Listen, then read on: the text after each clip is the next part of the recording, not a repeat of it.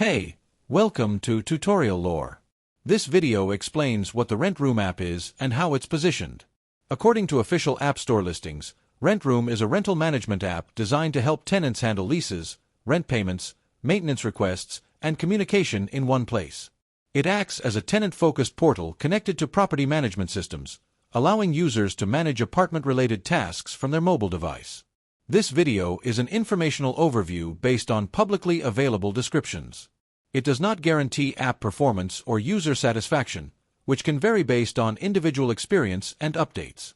Based on official descriptions, the app allows users to sign apartment leases digitally and complete onboarding directly within the platform.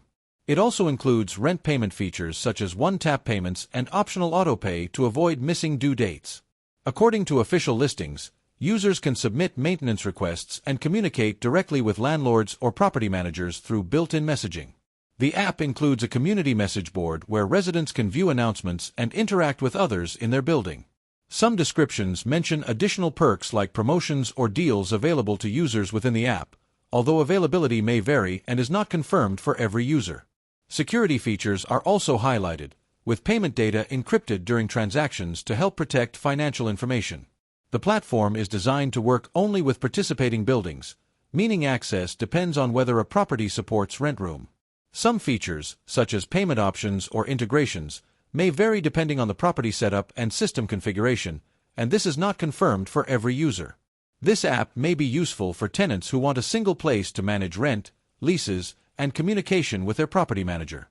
For users interested in simplifying rental tasks through a mobile interface, this could be an option.